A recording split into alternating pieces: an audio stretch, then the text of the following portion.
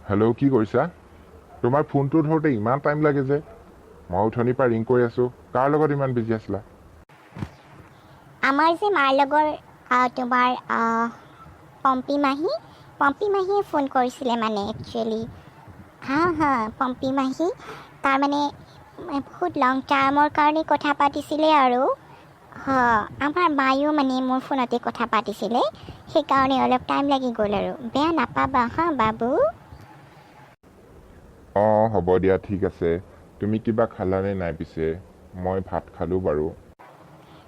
মই খালোঁ মানে একচুৱেলি মানে মই ডাইটিঙত আছোঁতো, সেইকাৰণে দুপৰীয়া টাইমত মানে মই ভাতটো নাখাওঁ আজিকালি। তাৰ সলনি মই মানে তোমাৰ অ'টছ খালোঁ।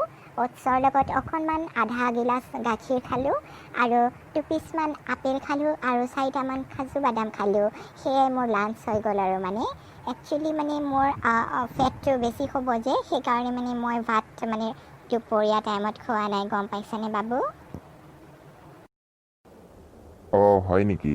তুমি বহুত ভাল ভাল বস্তু খাই থাকা দেই। আচ্ছা বাৰু হেৰি নহয়, এইবাৰ ক'ৰবাত যোৱাৰ প্লেনিং কৰিছা নেকি? কৰোণা ভাইৰাছৰ কাৰণেতো ক'তো যোৱা নহ'লেই। কৰোণা ভাইৰাছ লকডাউন খোলাৰ পিছত আমি বাৰু ক'ত যাম বাৰু, তুমি ভাবিছানে? ক'ত যাম মানে একচুৱেলি মানে মই ভাবি আছিলোঁ, কিন্তু তুমি বা কি কোৱা?